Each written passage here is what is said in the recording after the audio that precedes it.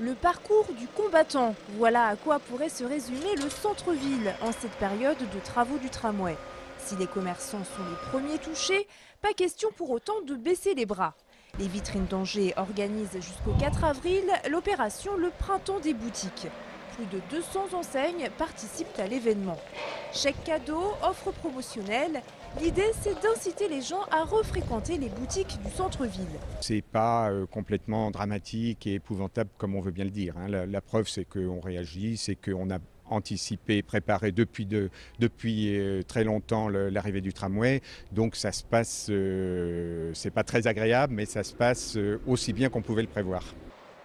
Cette opération est d'ailleurs soutenue par la ville d'Angers.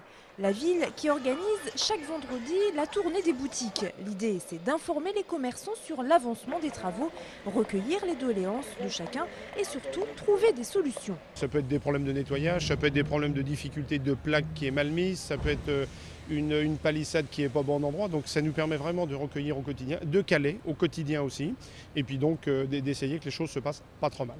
Les commerçants n'ont de toute façon pas le choix. Certains ont préféré prendre leur mal en patience avec humour.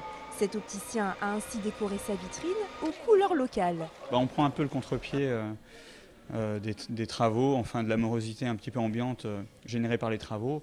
Voilà, de toute façon, ça attire beaucoup l'attention, les gens rigolent, donc le but est atteint.